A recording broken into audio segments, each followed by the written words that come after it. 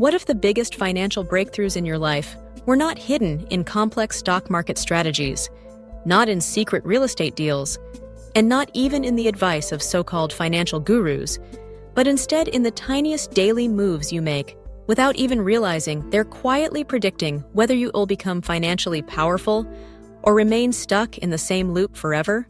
Imagine waking up tomorrow morning and the first thing you do sets the entire tone for your wealth trajectory. Because the truth that no one tells you on YouTube or in flashy seminars is that wealth is rarely built in giant leaps. It's predicted and shaped by the invisible micro-decisions you repeat so often that they blend into your routine.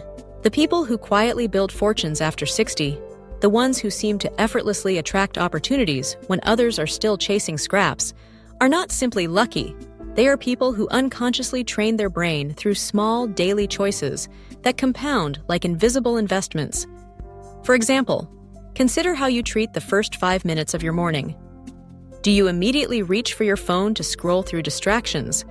Or do you take a breath and set a conscious intention about what truly matters? That simple move, often dismissed as nothing, secretly reveals whether your brain is wired for reaction or creation.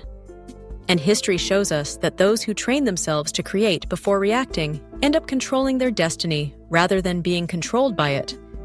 And then think about how you treat the small change, the loose coins, the forgotten $5 bill that slips into your pocket. Most people toss it aside as irrelevant, but those who quietly build enduring wealth see that moment as a mirror of how they will treat bigger opportunities. Because if you cannot respect $5, you will unconsciously sabotage 5,000. Every financial titan, even those who rose late in life, had small rituals you never hear about. Warren Buffett still clips coupons in his 70s, and ordinary millionaires often pack their own lunch, not because they can't afford otherwise, but because that tiny daily move trains the brain to value efficiency over impulsive convenience.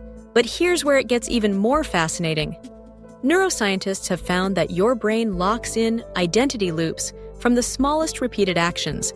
So when you choose to review your expenses for 5 minutes at night, instead of watching another episode of meaningless television, your brain literally rewires to see yourself as the kind of person who is in control of money. And this shift is so subtle that in 5 years you look like a financial genius when in reality, you simply performed micro-habits daily that no one else valued.